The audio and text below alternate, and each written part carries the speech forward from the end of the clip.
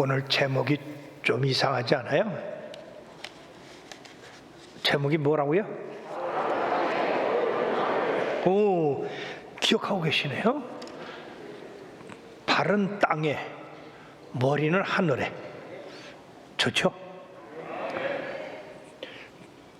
다 같이 다시 한번. 발은 땅에, 머리는 하늘에. 이 제목의 의미는 우리가 세상 살아갈 때에 항상 발은 땅에 있잖아요. 또 머리도 발에 붙어 있지만은 이 머리를 갖다가 우리는 하늘의 소망 또는 믿음 또 신뢰, 오늘 이 본문이 말씀하고 있는 심지가 견관자라 하는 심지, 마음의 중심을 말씀하고 있는 것입니다. 주께서 심지가 견관자를 평강하고 평강하도록 지키시리니 이는 그가 주를 신뢰함이니이다 라고 하셨습니다. 우리가 세상을 살아갈 때에 누구를 신뢰하느냐 대단히 중요합니다. 사람을 신뢰하도 그 사람이 좋은 일 생기면 그 자기를 신뢰하는 사람을 높여줍니다. 하물며 하늘과 땅을 지으신 하나님을 신뢰할 때에 우리 하나님이 평안함을 더하여 주시고 승리로운 삶을 살게 해주신다고 했습니다. 우리는 이 말씀이 성경 전체에 다 흐르고 있는 말씀인데, 십계명에서도 나 외에 다른 신을 내게 두지 말라, 하나님만 섬기란 얘기죠. 우상을 만들지 말고 거기 절하지 말라. 나 여호와 하나님은 질투하는 하나님인즉 나를 미워하는 자의 죄를 갚되 3, 4대까지 하려니와 나를 사랑하는 자에게는 1000대까지 복을 주신다. 또 내 이름을 함부로 망농 때 일컫지 말라. 그리고 주의를 거룩하게 지키라. 이 모든 것은 절대적으로 하나님을 신뢰하라는 얘기죠. 즉 발은 우리 땅에 거하지만은 우리의 생각, 우리의 심령은 항상 주님 앞에가 있어야 된다는 얘기입니다. 주님께서도 우리들의 기도 응답을 해 주실 때 너희는 먼저 그의 나라와 그의 의를 구하라. 그러면 내가 이 모든 것을 너에게 더하시라고 말씀했습니다. 사랑하는 여러분들이요, 그의 나라와 의를 구하는 게 뭡니까? 하나님 제일 중심으로 살아가라 하는 것입니다. 즉 우리의 발은 땅에 디딛고 살지만은 우리의 생각과 우리의 소망은 항상 주님께 두고 살아야 된다고 하는 것입니다. 그렇게 할 때에 주님께서 바로 그 사람에게는 평강에 평강을 더하시라. 이 평강이라는 말은 평화롭고 건강한 마음인데 이거는 샬롬이라고 하는 말입니다. 이 샬롬에 샬롬을 더한다니까 그 삶이 얼마나 평화롭게 살게 되겠느냐. 그러므로 사랑하는 여러분, 이 말씀 가운데 있는 그 내용을 우리가 다시 한번 생각해 봄으로써 여러분들의 신앙생활이 정말로 평가를 받을 때, 아, 저 사람은 심지가 견고한 사람이요, 그런 말을 듣는 게 좋겠어요. 아, 저 사람 믿을 수가 없어. 조속지변이요, 아침에 달라고 저녁에 달라, 이런 사람은 우리가 신뢰할 수가 없어요. 직장에서도요, 그런 사람은 윗사람에게 칭찬을 못 받습니다. 꾸준히 사장을 신뢰하고 지도자를 신뢰하고 하나님을 신뢰하고 이렇게 나갈 때에 하나님께서는 그 사람을 보시고, 와, 변함이 없구나, 항상 신앙이 그대로 올라가고 있구나, 이렇게 해서 우리 주님께서 이와 같이 평강에 평강을 더하여 주신다고 했습니다. 그러므로 우리의 심령이 항상 하늘에 있어야 된다는 말씀이에요. 선택을 할 때에 발을 선택할 것이냐, 머리를 선택할 것이냐, 이런 데에서 우리는 머리를 선택해야 된다고 하는 겁니다. 머리는 뭡니까? 여기서 우리의 심령, 우리의 영혼. 발은 뭐를 얘기합니까? 발은 세상을 의미합니다. 그러므로 잠언서 4장 23절에는 무릇 지킬 만한 것 중에서 가장 네 마음을 지켜라. 생명의 근원이 이에서 남이니라. 즉 우리 마음을 어디다 쓰느냐에 따라서 생명을 얻기도 하고 잃기도 한다는 얘기입니다. 그러므로서 언제든지 우리의 마음을 중심을 잡아서 우리 하나님께 두면은 그것이 우리를 생명을 풍성하게 한다 하시는 것입니다. 또 잠언서 23장 7절에 보면 대저 그 마음의 생각이 어떠하면 그 위인도 그러한 적이라고 말씀했습니다. 사랑 여러분, 이게 무슨 얘기입니까?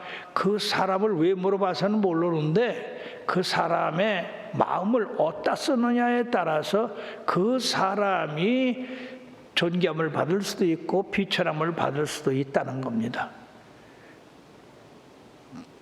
그러므로 우리들이 존경을 받는 사람이 어떤 사람이에요? 생각을 지혜롭게 하고 항상 그 심지가 견고한 사람을 말하고 있습니다.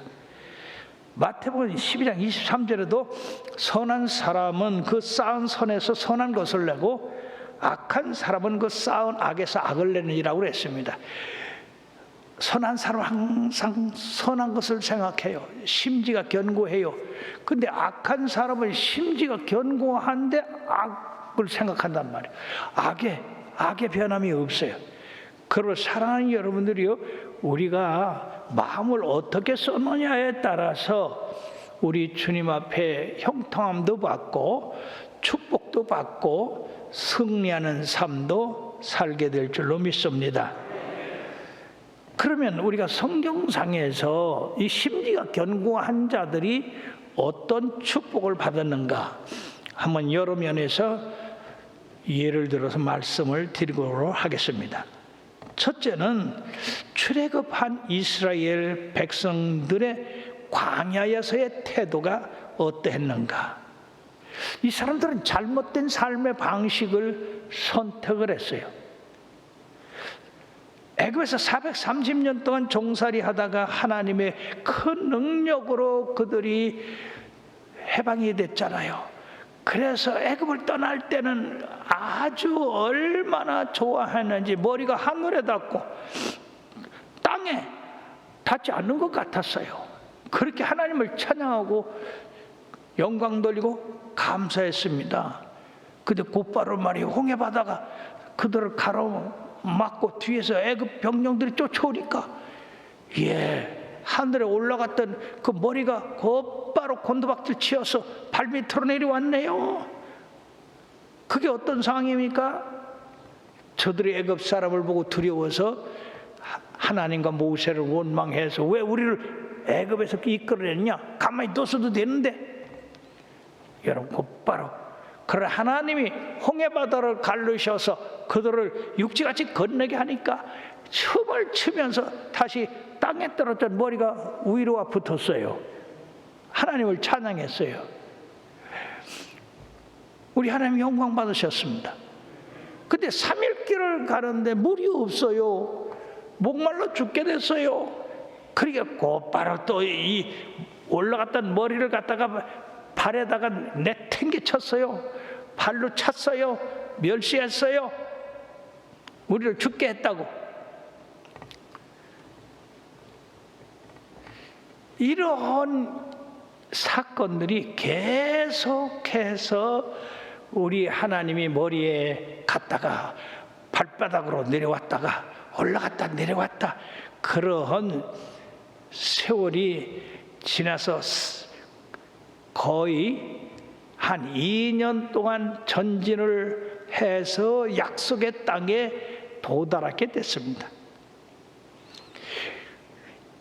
거기서 아주 결정적인 그런 태도가 나옵니다. 열정탐꾼을 미리 가나안 땅에 보내서 정탐하고 와서 보고하거라.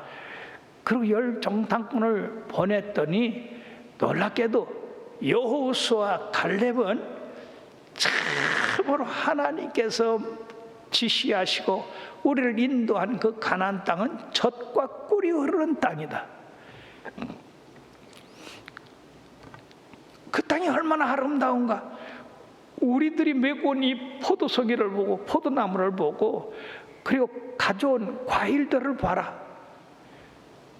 거기는 거인들이 사는 땅이지만은 그러나 그들의 신은 이미 없어졌고 떠나갔고 하나님이 우리와 함께 하셔서 이제까지 승리한 것처럼 저들도 쉽게 물리쳐서 우리들이 저 땅을 차지할 것이다. 저들은 우리의 밥이다.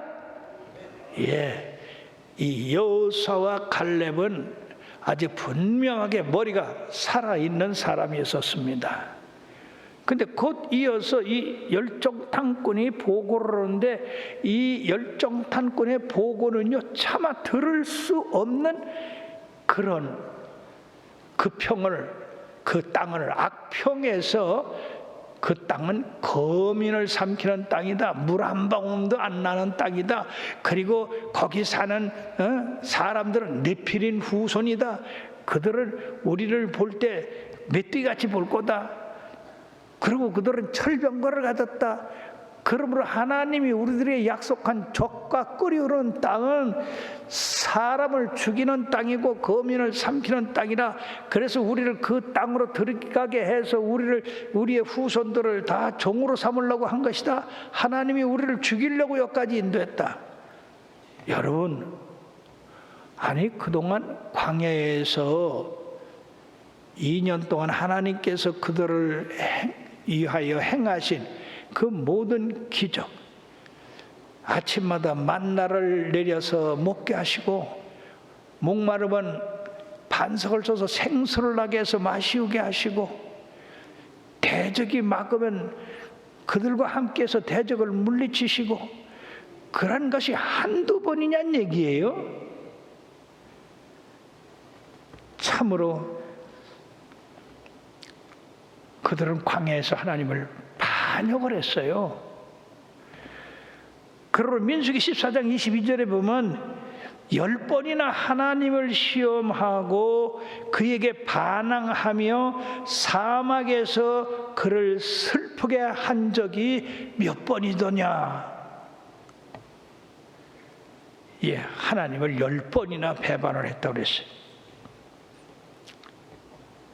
그것이 절정에 이른 사건이 가데스 바네아 사건입니다. 그러므로 하나님은 이 악평을 한 열정탐꾼을 거기서 쳐서 죽게 하시고 그리고 그들의 말을 듣고 밤새도록 울며 우리가 애굽을 왜 떠났던고 다른 장관을 세워서 가자. 그리고 모세와 아론을 돌로 쳐 죽이자. 그런 악한 일을 계획하고 서둘렀을 때 바로 여호수아와 갈렙이 그들을 가로막고 못하게 할 때에 여호수아 갈렙까지도 돌로 쳐 죽이려고 그랬어요. 그때 하나님이 개입하셔서 그렇게 말씀하신 것입니다. 이 백성이 얼마나 더 참겠냐. 너희들이 말한 모든 것을 내가 들었다. 너희들을 죽이려고 내가 이 젖과 꿀이 흐르는 땅으로 인도했더냐? 그래 너희들 말대로 해갔다. 그러고 그 문턱에서 그들을 되돌리게 하심으로 38년 그 모압 광야에서 뱅뱅뱅뱅뱅뱅 돌면서 출애굽을 했던 그 어른들 그들은 다 광야에서 엎드러져서 죽고 그 후대들 20대 이하들만 여호수아 갈렙과 함께 젖과 꿀이는 땅에 들어갔던 것입니다. 사랑 여러분들이요, 이 사람들은 머리가 머리에 붙었다가 발에 붙었다가 발에 붙었다가 머리에 붙었다가 그러다가 보니까 결국 머리가 발에 붙었더란 말이에요. 그게 뭡니까? 원망과 불평입니다. 사랑 여러분들이요, 여러분들이 신앙생활하는데 어려운 일이 있어요. 목마를 때도 있고 양식이 없을 때도 있고 대적이 외세할 때도 있고, 그렇지만은 그 환경에 상관없이 항상 머리는 정상적으로 위에 붙어 있어야 돼요. 즉 우리의 생각과 우리의 믿음은 항상 우리 하나님의 보좌를 바라봐야 된다는 얘기입니다. 혹이 여러분들의 신앙생활이 바로 이 왔다 갔다 하는 이스라엘 백성과 같지 아니한가? 그러면 심히 어렵습니다. 두 번째 우리들이 생각할 것은 철저하게 몸을 땅에 두고 머리를 하늘에 둔 욥이 있어요. 우리가 욥을 생각해 보면요, 기가 막혀요. 그는 양이 7,000마리고 낙타가 3,000마리고 소가 500결이에 나귀도 500여 마리, 그리고 많은 종들이 있었는데 세상에 이 사탄의 시기로 말미암아 하루아침에 그 모든 것이 다 불타버리고 빼앗기고, 거기다가 열 자녀마저 그 생일 잔치에 앉았다가 그만 이 사단이 돌개바람으로 그걸 치니까 그 정자가 내려앉아서 열 자녀가 그 자리에서 다 죽고 말았어요. 여러분, 양이 한 마리가 흩어져도 목자에게는 그 양을 찾으러 들로 산으로 다닌다고 우리는 성경에서 보잖아요. 근데 세상에 7,000마리가 하루아침에 불타버리고 빼앗기고 자녀들이 이렇게 죽게 됐을 때 아마 보통 사람 같으면은 졸도에서 같이 죽었을 거예요. 그런 환난을 당하고 어떻게 견딜 수 있겠습니까? 그런데 욥은 발에다가 세상에다가 소망을 두고 사는 사람이 아니라 하늘에 소망을 두고 사는 사람이에요. 그렇게 많은 재산이 있어도 그 재산에 소망을 둔 사람이 아니었습니다. 그러므로 그가 뭐라고 했습니까? 욥기서 1장 21절 22절에 보면은요, 이르되 내가 모태에서 알몸으로 나와 싸운 적 또한 알몸이 그리로 돌아가올지라. 주신 이도 여호와시오 거두신 이도 여호와시오니 여호와의 이름이 찬송을 받으실지어다. 이 모든 일에 욥이 범죄하지 아니하고 하나님을 향하여 원망하지 아니하느라. 놀라운 일이에요. 자기가 가졌던 모든 훅 하고 다 날아가서 알몸만 남았는데, 욥은 내가 가졌던 것도 하나님이 주신 것이고 가져간 것도 하나님이 주신 것이고, 그러기 때문에 나에게는 전혀 하나님을 원망할 일이 없다. 그리고 이 욥은 계속해서 발은 땅에 머리는 하늘에 두었기 때문에 그는 범죄하지 않았다고 했습니다. 평강의 평강으로 인도를 받았는데 그 심성이 하나님을 의지했기 때문입니다. 그런가 하면은요, 마귀가 그냥 물러갔으면 얼마나 좋겠나. 또 머리부터 발끝까지 그냥 악창이 나게 해서 밤새도록 기와장으로 그 몸을 긁었다고 했습니다. 그렇게 고생을 하니까 부인이 뭐라고 그랬냐, 야, 하나님을 콱 욕하고 죽어버려.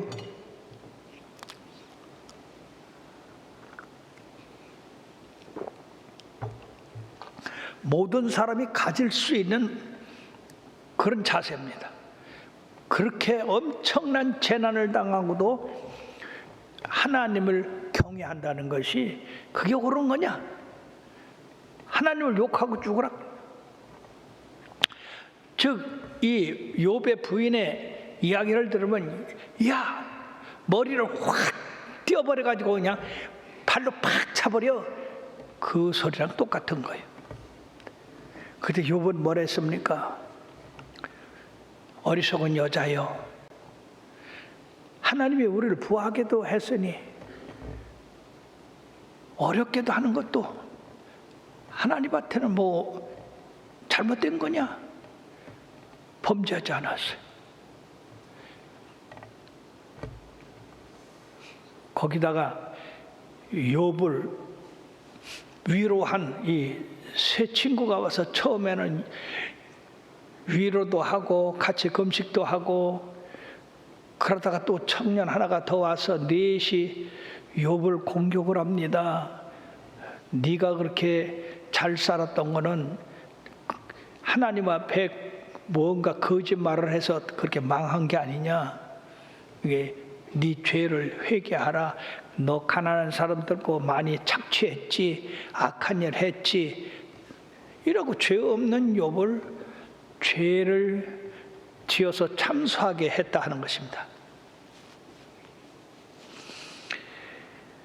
그럼에도 불구하고 욥은 끝까지 머리는 하늘에 발은 땅에 두었습니다. 하나님을 욕하지 않았어요. 그러면서 하나님께서 이 욥으로 말미암아서 그 친구들이 회개하게 하도록 하고, 그리고 욥에게 전보다 배되는 그런 축복을 나누어 주었습니다. 참 우리들이 욥에게서 배울 인내가 큰데, 야고보서 5장 11절에 보면 보라 인내하는 자를 우리가 복되다 하나니 너희가 욥의 인내를 들었고 주께서 주신 결말을 보았거니와 주는 가장 자비하시고 긍휼히 여기시는 이시니라. 그렇습니다. 욥은 끝까지 하나님의 신실하심을 붙잡은 사람입니다. 참 욥 같은 그런 신앙 갖기 얼마나 어렵습니까? 예수 믿다가 그저 기도 응답이 좀 더디면 훌떡 떠나고, 또 마음에 안 들면 훌떡 떠나고, 어려운 일 생기면 훌떡 떠나고, 이런 사람들은요 심지가 견고한 사람들이 아니라 심지가 약한 사람들입니다. 사랑하는 여러분들이요, 혹이 여러분들의 마음이 약하고 힘이 약하고 능력이 없다 할지라도 심지 마음만은 견고하시길 바랍니다. 예수님을 믿는 믿음은 견고해야 돼요. 흔들리지 않아야 돼요. 그럴 때 우리 하나님이 평안으로 인도하신다 하는 것입니다.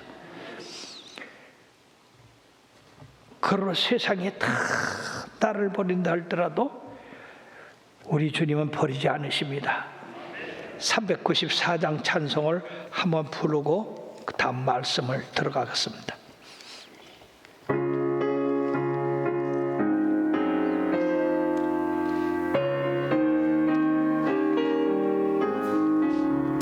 이 세상의 친구들 나를 버려도 나를 사랑하느니 예수뿐일세.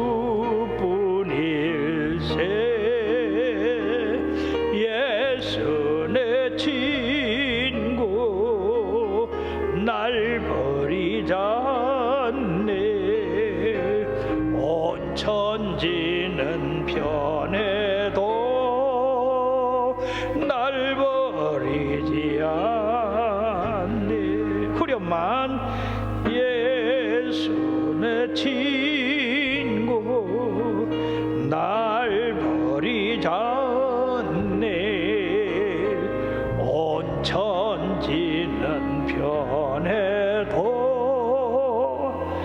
날 버리지 않네. 우리 주님 앞에 감사 박수 드려요.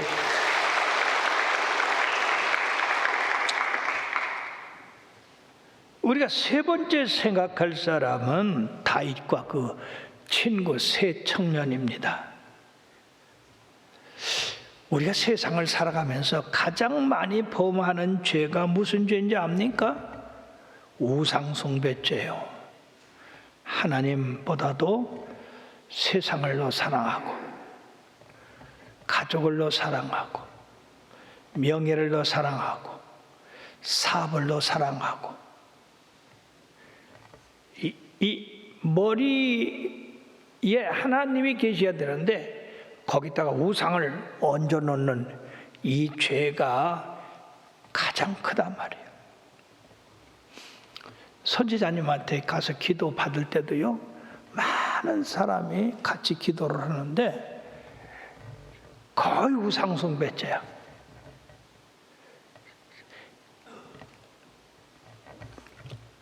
우상숭배자가 10계명 1, 2, 3, 4가 다 들어있어요.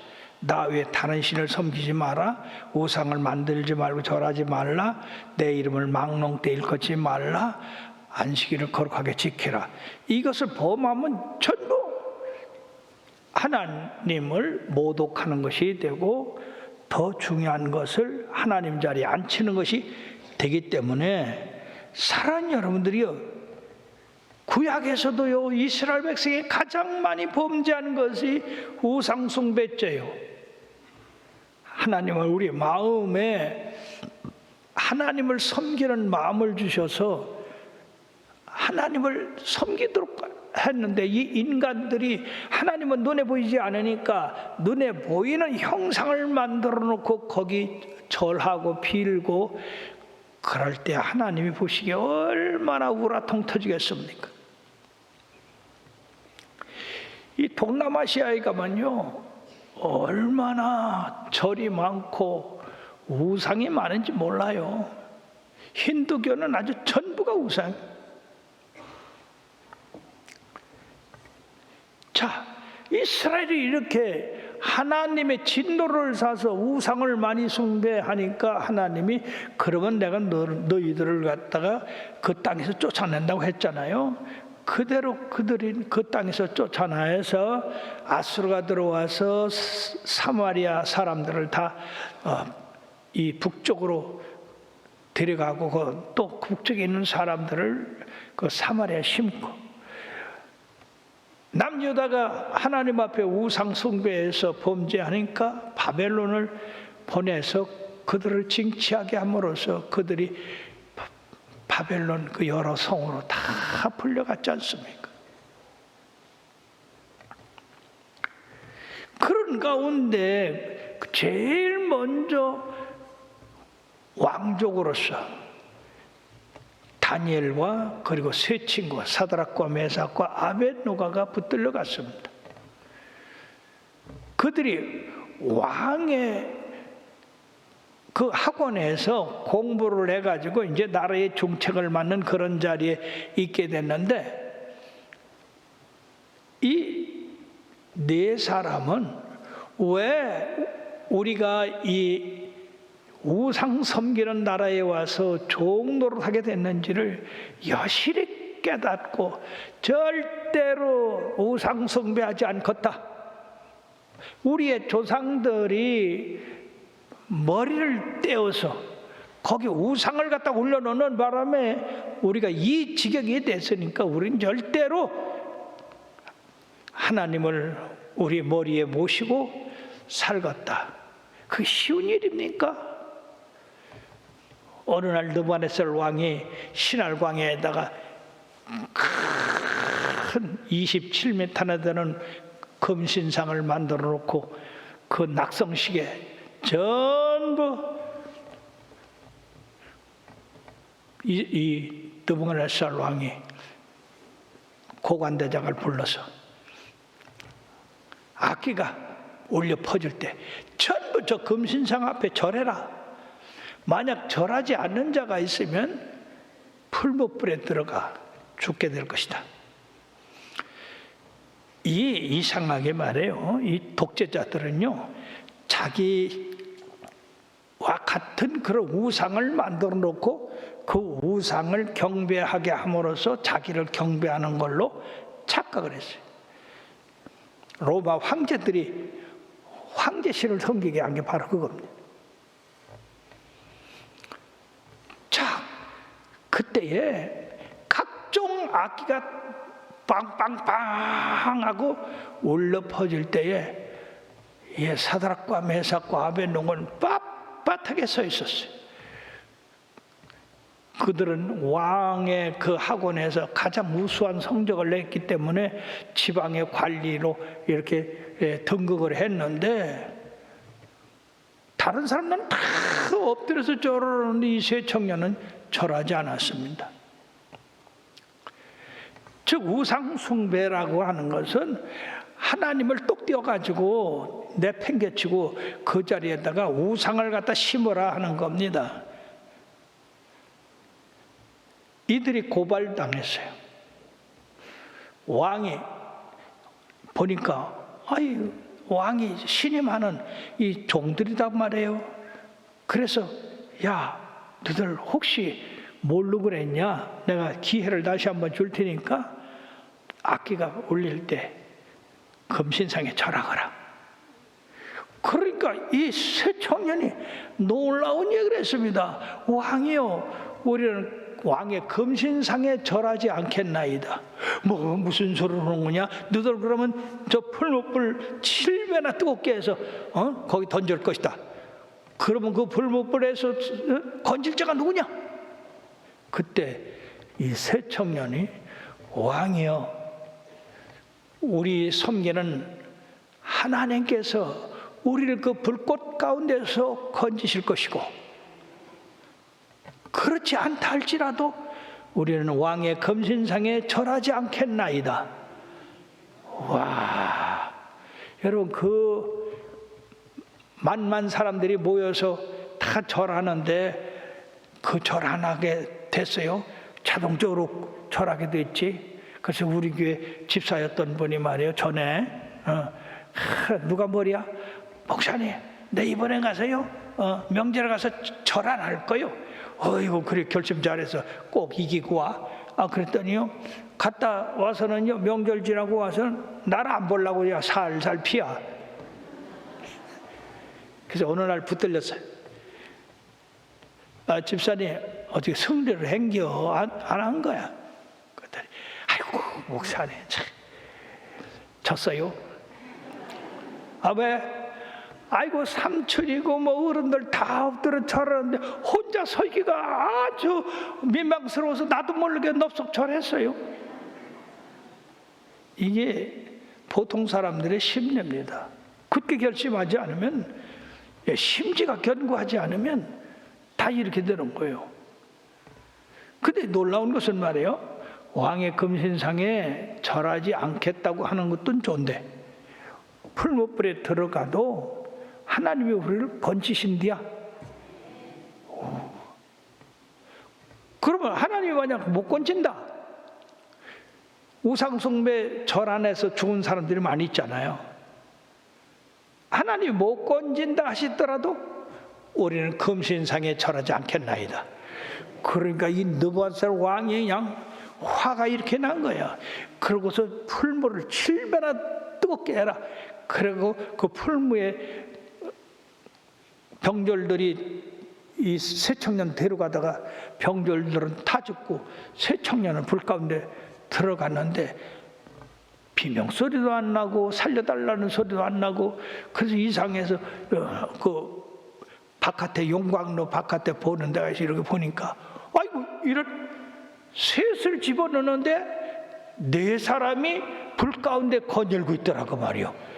야, 이게 어떤 일이냐, 어쩐 일이요. 근데 한 사람은 꼭 천사와 같아. 그래가지고 불 가운데서 건져내서 너희 하나님이 진실로 신중의 신이다. 그래가지고 우리 하나님 영광 눌렀잖아요. 네. 어려운 일이에요. 그래 그 사람들이 지위가 낮아졌어요? 없어졌어요? 더 높아졌어요. 그리고 느부갓네살 왕이 하나님을 인정했다니까. 이 바벨론에서 사드락과 메삭과 아벳느고의 하나님과 견질 수 있는 신이 그냥 나와봐라. 내가 그 집을 거름토미로 만들겠다. 그렇게 했어요. 참, 하나님을 짓밟고 거기 우상을 세워놔야 되는 그런 가운데도, 불꽃 가운데도 절대로 그 하나님을 교체하지 않았어요. 우상으로 바꾸지 않았어요. 하나님을 굳게 붙잡았어요. 그러니까 하나님이 그들을 살리시고 오히려 더 영광을 받으신 역사가 일어났고, 다니엘도 마찬가지죠. 바로 왕 외에 다른 신을 섬기든지 사람을 섬기면 사자굴에 집어넣겠습니다 라고 하는 그 간신배들이 있어. 어느 나라고 간신배들이 그걸 법령으로 만들어 도장을 찍게 했는데, 다니엘이 어떻게 했습니까? 어인이 찍힌 거를 알고도 예루살렘을 향한 창을 열고 하루에 3번씩 하나님께 기도를 했다고 그래요. 참 어려운 일이죠. 아이고, 한 달간만 안 하면 어때요? 그치? 한 달 지나면 또 하면 되잖아. 근데 심지가 견고하다는 것은 초지일관이다 그 말이요. 하루에 3번씩 기도했으니까 사자굴에 집어넣는다 하더라도 나는 계속 기도하겠다 그 말이요. 우리들은 얼마나 정해놓고 기도를 이랬다 저랬다 그러잖아요. 그렇게 결국 사자굴에 들어갔어요. 이 원수들 때문에. 근데 하나님이 놀랍게도 이 사자들 입을 막아가지고 어슬렁어슬렁 다니엘 주위에 돌아다니기만 하네. 그 다리오 왕이 밥을 못 잤어요. 왜냐하면 의인 다니엘을 이렇게 억울하게 죽게 했으니 쏘갔으니까. 그래가지고 새벽같이 일어나서 다니엘아 다니엘아, 너의 하나님이 너를 사자의 입에서 구원하시기에 능하셨느냐? 오 왕이여 만세수를 하옵소서. 우리 하나님이 사자의 입을 막아서 나를 먹지 못하게 하였나이다. 그래 어서 올라와라. 다니엘을 건져내고 그 다음에 그 다니엘을 고소했던 그 세 장관들, 저놈들 의인을 죽이려고 했으니 당장 사자굴에 집어넣어라. 아, 그랬더니요, 이 굶주린 사자가 세상에 그 다니엘을 모함했던 사람들을 그냥 땅에 떨어지기도 전에 그냥 삼켜버렸어요. 이 사자가 입이 얼마나 큰지 사람 하나 삼키는 건 문제가 아니라 이게. 사랑하는 여러분들이요, 주를 위해 죽고자 하는 자 살 것이요 자기를 위해 살고자 하는 자 죽을 것이라. 이 다니엘의 세 친구는 머리 대신 우리 하나님을 절대로 손상시키지 않았습니다. 금도 가지 않게 했습니다. 그럼으로써 이 다니엘과 세 청년은 기독교 역사에 길이 빛나는 본이 되는 그런 신앙의 절개를 지킨 사람들입니다. 몸이 불에 탄다 하더라도, 사자 입에 찢겨진다 하더라도 그 심지가 견고하여서 조금도 흔들리지 않으니까 우리 하나님이 불 가운데서도 건지시고 사자 입에서도 건지셨던 것입니다. 히브리서 11장 33절 34절 그리고 38절에 뭐라고 말씀하셨느냐? 그들은 믿음으로 나라들을 이기기도 하며 의를 행하기도 하며 약속을 받기도 하며 사자들의 입을 막기도 하며 불의 세력을 몰아기도 하며 칼날을 피하기도 하며 연약한 가운데서 강하게 되기도 하며 전쟁에 용감하게 되어 이방 사람들의 진을 물리치기도 하며 이런 사람은 세상에 감당하지 못하니라. 다 같이요. 이런 사람은 세상에 감당하지 못하느니라. 심지가 견고해서 하나님을 믿는 믿음이 견고해져서 지진이 나고 태풍이 불어도 흔들리지 않고 견고하게 서 있으니까 세상은 그를 감당하지 못한다고 했어요. 왜? 하나님을 붙잡고 계시니까. 사랑하는 여러분들이요, 여러분들은 심지가 견고하기를 바랍니다. 그러기 위해서는 항상 의의 나라인 하나님의 도성에 머물러야 돼요. 자, 그러므로 히브리서 12장 2절에 보면 믿음의 주요 또 온전하게 하시는 이인 예수를 바라보자. 그는 그 앞에 있는 기쁨을 위하여 십자가를 참으셨다고 했습니다. 즉 이스라엘 백성들이 광야를 지날 때 발이 얼마나 힘들고 고단하겠습니까? 배도 고프고 목도 마르고. 근데 그 사람들은요, 땅을 봤어요. 땅을. 그러니까 불평은 막 나올 수밖에 없는 거예요. 그들이 하늘을 바라서 구름 기둥, 불 기둥이 그들을 인도하는 걸 봤더라면, 저 기둥 따라가면 젖과 꿀은 약속의 땅에 들어간다고 하는 그러한 마음을 가지고 있었더라면 그들이 다 구원받았을 텐데, 우리 하나님의 뜻은 그들이 다 젖과 꿀이 흐르는 땅에 들어가게 하는 것이에요. 광야에서 죽게 하는 것이에요. 아이고 모르모르 하지 말고.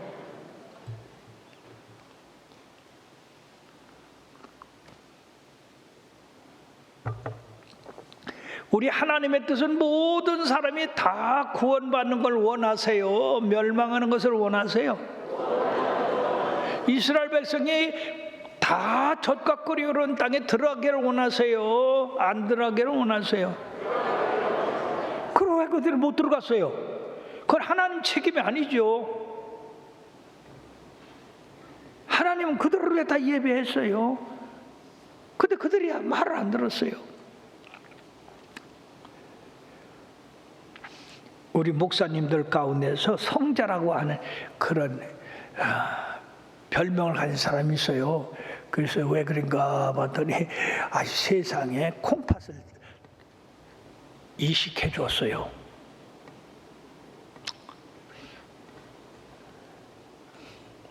근데 참 우리 기독교인들이 말해요, 이 수혈하는 거, 피 뽑아서 이렇게 수혈하는 거, 또 장기를 이식해 주는 거, 이거 참 생각 많이 해야 될 거라고 나는 보는데, 그렇다고 해서 여러분들한테 뭐 수혈하지 말라, 장기 또 이식하지 말라, 그런 소리는 안 하더라도 이거 많이 생각해 볼 필요가 있는 거예요. 자기 콩팥을 떼어줬어. 아주 옛날에 30년 정도 더 돼. 근데 애가 없어. 그래서 여식 애 하나를 갖다가 입양을 시켰어요. 그래가지고 이 목사님이 애가 없으니까, 네가 공부 잘하면 네가 고등학교 갈 때 내가 너를 미국으로 유학 보내고 미국에서 좋은 대학에서 나오면 너를 위해서 좋은 집과 내가 평생에 가졌던 땅을 물려주겠다, 그렇게 했어요. 자, 그러면은요, 좋은 아버지죠? 좋은 아버지 아니에요? 그런 아버지가 어디 있어? 근데 부모들이 거의 그렇죠. 그러면 그 약속한 집이나 땅이나 그 모든 소유를 받는 것은 아버지 책임이요, 딸 책임이야? 딸 책임이지. 아버지는 약속을 했으니까 딸이 그걸 지키기만 하면은 타지하는 건데, 세상에 이 아이가 중학교 다닐 때에 세상에 물들어가지고 곁길로 가는 바람에 그 축복은 받지 못하게 됐어요.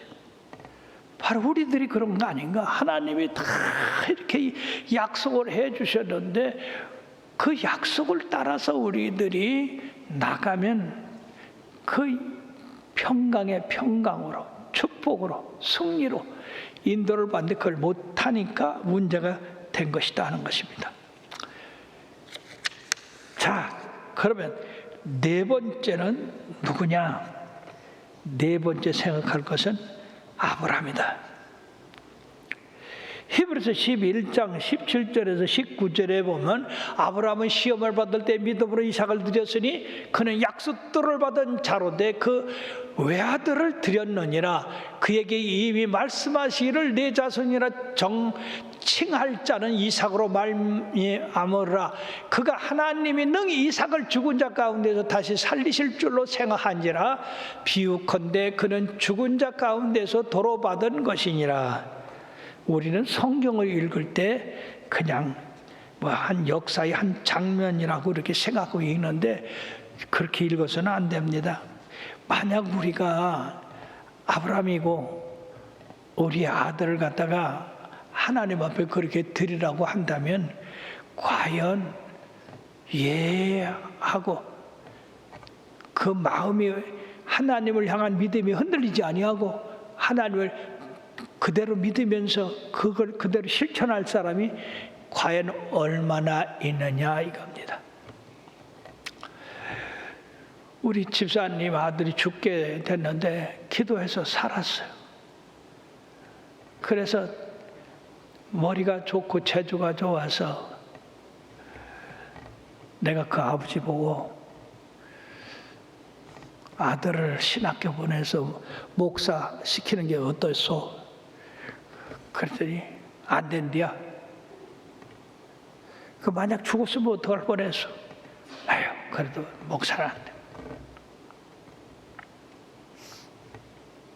사랑하는 여러분들이요, 이 주의 종이 얼마나 좋은 건데 하나님과 동행하고 성도들에게 믿음을 심어주고 의의 길을 걷게 하고 이보다 더 좋은 직업이 됐어요. 그래서 당신 아들이 똑똑하니까 그렇게 신학교 보내서 주의 종 삼으라 했더니 나중에 보니까요, 죄송합니다마는 새겨들어 대학교 떨어진 애들이 다 들어오더라고. 신학교에 이런 기가 막힌 일이 있어. 그러면서 부모들이 뭐라고 하냐면 아이 목사님 대학교 다 떨어졌는데 신학교 가라는가 봐요. 그래서 신학교 원서 냈어요 그러더라고요. 내가 속으로는 빌어먹을. 아니 그래 세상 대학 다 떨어진 다음에 그래 갈 데가 없어서 신학교. 성경에 가장 좋은 거 하나님 앞에 드리는 건데 자녀도 마찬가지요. 자녀도 세상에 아들을 100세에 낳았는데 그 아들을 번제로 드리라고 그래요. 그리 얼마나 흔들려서 얼마나. 사랑하는 여러분들이요, 심지가 아무리 견고한 사람이라도 안 흔들고 백이야.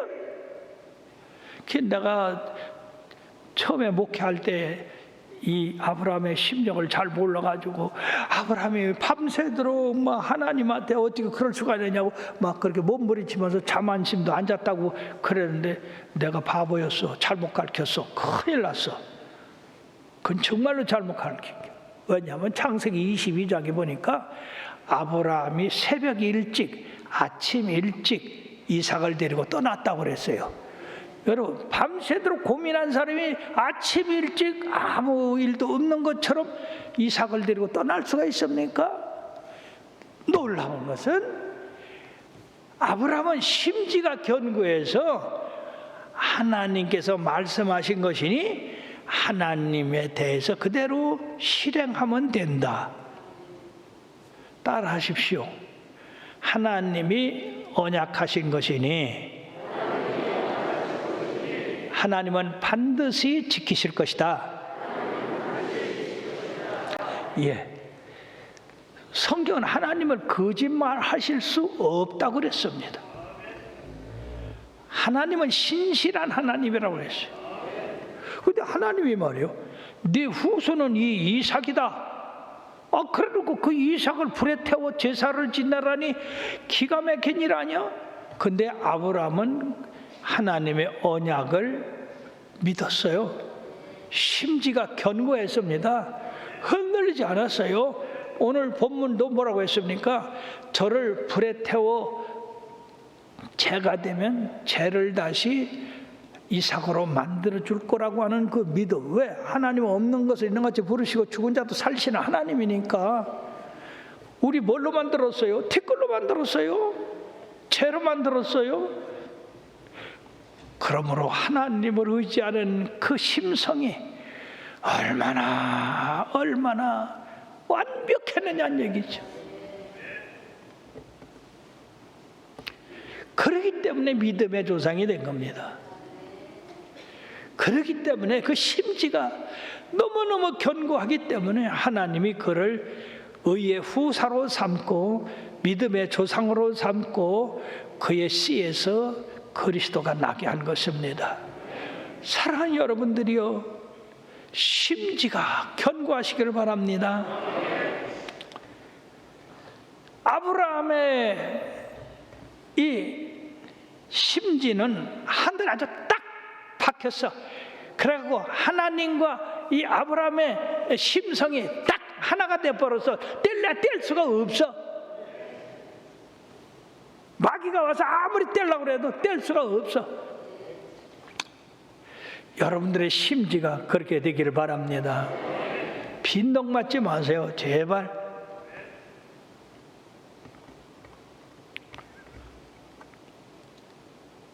끝으로 다윗입니다. 심지어 견고한 자를 이야기할 때 다윗을 빼놓을 수가 없지요. 이 다윗은 불가능이 닥쳐와도 그 마음이 흔들리지 않았어요. 만약 우리 삶에 절망이 찾아오면 얼마나 벌벌벌벌 떱니까? 머리가 땅으로 갔다 발이 하늘로 갔다 얼마나 그렇게 합니까? 그런데 다윗은 참 믿음의 사람이요 하나님의 사람입니다. 골리앗과의 싸움에서 그 발은 땅에 굳게 서 있었지만은 그의 심성은 하늘에 있었어요. 골리앗이 극 2m 70이나 돼요. 얼마나 큰지 모르죠. 제가 170이니까 여기 1m가 더 있어요. 힘이 얼마나 장사인지 그 창자루가 배틀째 같다는 게요. 그런 장수가 다윗이 자기를 향해 나오는 걸 보고 야 이거 이스라엘은 그래 장수가 그렇게도 없냐? 이런 애송이를 내려보내냐? 내가 너를 잡아서 공중에 새우와 들짐승에 밥이 되게 하겠다. 그러고는요 그 육중한 몸이 칼과 창을 들고 달려왔어요. 그때에 이 다윗은 물맷돌 하나만 가지고 물러간 게 아니라 마주쳐 달려가면서 발은 땅에서 부지런히 달리면서 손을 흔들고 돌을 날렸어요. 그 돌은 바로 하나님의 주먹이었어요. 그냥 돌을 던질 때에 다윗이 뭐라고 했습니까? 너는 칼과 창과 단창으로 내게 나아오거니와 나는 네가 모욕하는 만군의 여호와의 하나님의 이름으로 내게 가노라. 하나님이 오늘 너를 내게 붙이시리라. 참, 그 무서운 가운데도 폭풍이 몰아치고 배가 산으로 올라가고 하는 그런 가운데도 조금 더 두려워하지 않아요. 조금 더 두려워하지 않아요.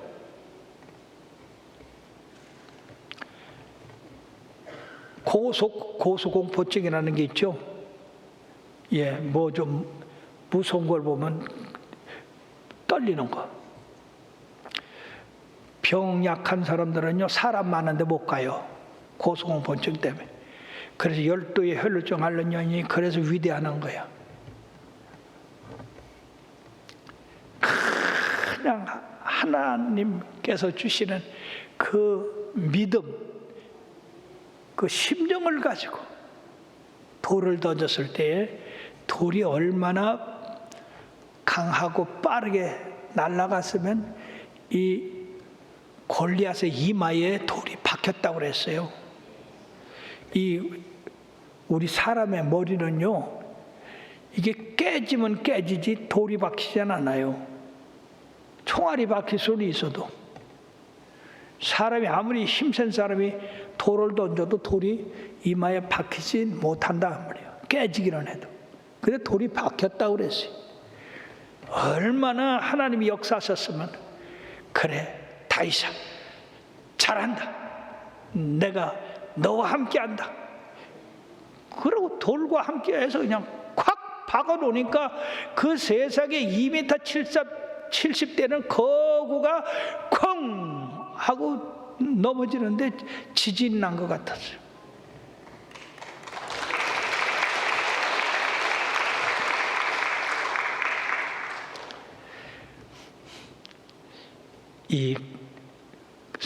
그 시대에 가장 힘세고 용감했던 골리앗도 작은 다윗의 믿음의 돌에 무릎을 꿇고 말았던 것입니다. 그 한 사람의 심지가 견고함 때문에 이스라엘을 승리할 수가 있었어요. 여러분들 한 사람 한 사람이 심지가 견고할 때에 구역이 살고 지역이 살고 교구가 살고 교회가 사는 거예요. 그러니까 여러분 자신이 나약해지지 말으세요. 내가 심지가 견고하고 견고해서 계속해서 우리 하나님의 길을 세워야 되겠다. 이것이 바로 여호와의 길을 세우는 거예요. 이것 때문에 골리앗이 쓰러짐으로써 이스라엘이 승리했지만은 결국 하나님이 승리했잖아요. 그뿐이 아닙니다. 하나님의 말씀을 얼마나 어려운 가운데도 철저하게 적용을 했는지, 사울 왕이 다윗을 죽이려고 7년을 쫓아다녔어요. 여러분, 왕이 자기의 신하를 죽이려고 그 나라에서 7년을 쫓아다니는데 피할 곳이 어디 있어요? 그래도 하나님께서 그를 보호해 주시니까 이 사울이 다윗을 죽이지 못했는데, 어느 날 사울이 다윗을 잡으러 왔다가 굴에서 시원하게 쉬느라고 거기서 잠이 들었어. 그러니까 그 굴에 바로 다윗과 그 부하들이 숨어 있는 굴에. 그래서 부하들이 다윗이여, 하나님이 당신을 원수각도로 붙였습니다. 그러니까 가서 죽입시다. 그때 다윗이 뭐라고 그러느냐? 하나님이 기름 부음 받은 왕을 죽이는 그것은 거만한 것이다. 그러고 그의 옷자락만 베었거든요. 근데 옷자락만 벤 그것 때문에 마음이 괴로웠다고 그랬어요. 양심의 가책이 된 거예요. 그래서 사울이 잠에 깨서 간 다음에 그걸 모르잖아요. 다윗이 왕이여, 당신을 하나님이 나한테 붙이셨지만 내가 당신을 죽이지 않았어. 그게 왜 나를 쫓아다녀요? 그렇게 다윗아, 내가 잘못했다. 이제 다시는 안 올게. 그래도 안 오긴 뭐로 안 와? 그 다음에 다윗이 또 이렇게 황무지에 갇혔다고 하는 말을 듣고 또 3,000명을 데리고, 세상에 다윗 한 사람 데리려고 3,000명 데리고. 그래서 밤에 이제 야영을 하느라고 이 사울과 함께 아브넬과 그 군사들이 주위에 진을 치고 자는데 다윗이 아비새 보고 야, 나랑 저 진에 들어가자.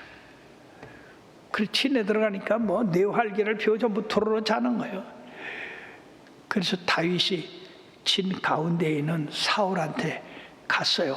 갔더니 아비새가 다윗 보고 내가 저 사울 위에 그냥 창자루를 그냥 놓기만 할게요. 여러분들 이 창이 얼마나 무거워요?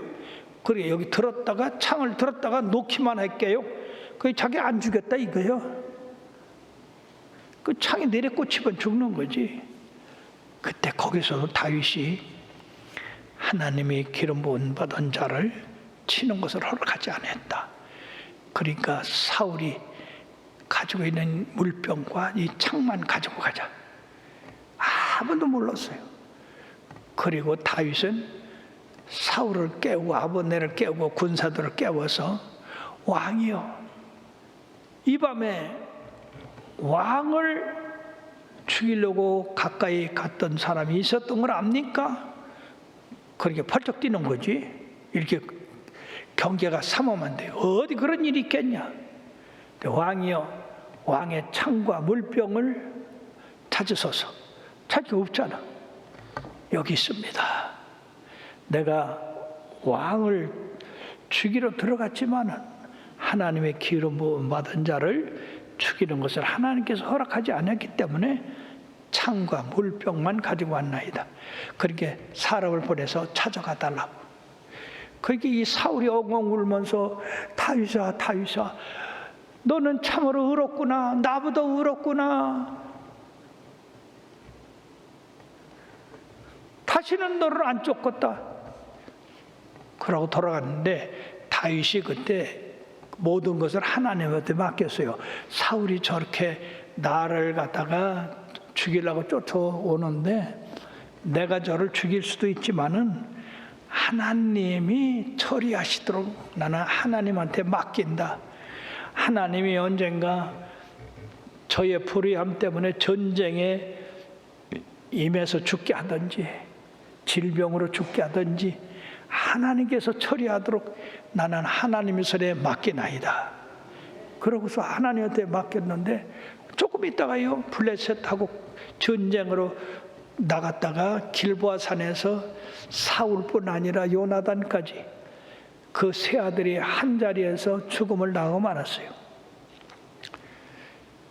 그러나 다윗은 왕이 됐고, 그리고 가장 훌륭한 왕이 됐고, 하나님이 다윗의 언약을 통해서 그의 왕권이 세세무궁토록 임할 것이라는 것과 그의 씨에서, 그의 후손에게서 의로운 왕이 나타나서 하나님의 공의를 만족하게 하고, 그리고 그 나라를 세울 때에 하나님이 영원 무궁토록 그 나라를 보호하시고 지키시고 세우신다고 말씀했는데, 어제 말씀드린 바로 예수님이 바로 그 다윗의 씨에서 나서 의로운 왕이 되므로 하나님의 그 언약의 요구를 만족시킴으로써 바로 교회가 탄생됐고, 이 교회에 의로운 백성들이 모이게 됐고, 언젠가 하늘과 땅의 권세를 잡으신 우리 예수님이 이 땅에 재림하실 때에 우리가 모두 변화되어서 공중에서 주님을 만나가지고 천년 왕국을 이루실 것입니다. 그러면 사랑하는 여러분들이요, 정말로 부탁하고 또 부탁하노니 오늘 이 말씀을 잘 기억하시고 바랍니다.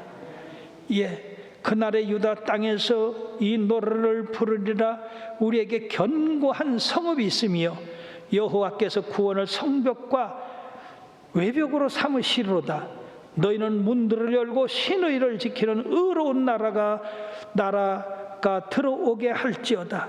주께서 심지가 견고한 자를 평강하고 평강하도록 지키시리니 이는 그가 주를 신뢰함이니이다. 너희는 여호와를 영원히 신뢰하라. 주 여호와는 영원한 반석이로다. 6, 7절 의인의 길은 정직함이요 정직하신 주께서 의인의 첩경을 평탄하게 하시리라. 아멘. 이렇게 해서 사무엘하 3장 1절에 보면 다윗의 집은 점점 강하여지고 사울의 집은 점점 약하게 됐다고 했습니다. 사랑하는 여러분들이요, 여러분의 머리는 어디에 있습니까? 여석지 듣고도 답을 못하네. 다시 처음부터 설교할까요? 밤새도록 할까요? 다시 묶었어요. 여러분들의 발은 어디 있어요? 아이고, 이렇게 물을 걸 그랬네. 머리는 어디 있어요? 머리가 어디 있어요? 발은 어디 있어요? 반대 있는 거 아니에요? 반대? 머리가 땅에 있고 발이 하늘에 있는 거 아니에요? 사랑하는 여러분들이요, 땅에 살면서 머리를 하늘에 두고 산다고 하는 것은 심지가 견고한 사람만이 이룰 수 있는 말씀입니다. 심지가 견고하지 못한 사람은 이게 말이에요, 광야 이스라엘 백성 같이 머리가 위에 있다가 발에 갔다가 허리에 갔다가 그렇게 돌아다녀요. 여러분, 머리가 왔다 갔다 하면 그 사람 살겠어요? 못 살겠어요? 못 사는 거죠. 여러분, 심지가 견고한 사람입니까? 좀 대답이나 시원하게 해봐요. 여러분들은 심지가 견고한 사람이지요? 틀림없지요? 확실하지요? 나도 믿어요. 우리 교회가 환난과 풍파가 얼마나 많았습니까? 어떻게 그걸 이겨나갔을까요? 여러분과 함께 내가 심지가 견고해서 하나님만 바라봤습니다. 하나님만 마음에 새겼습니다. 흔들리질 않았어요. 앞으로도 계속 이 교회가 바른 땅에, 심지는 하늘에, 믿음은 하늘에 그렇게 두고 살아가서 내년 50주년을 맞이해서 또 우리 하나님 앞에 영광 돌리는 한 해가 되게 되기를 바라겠습니다.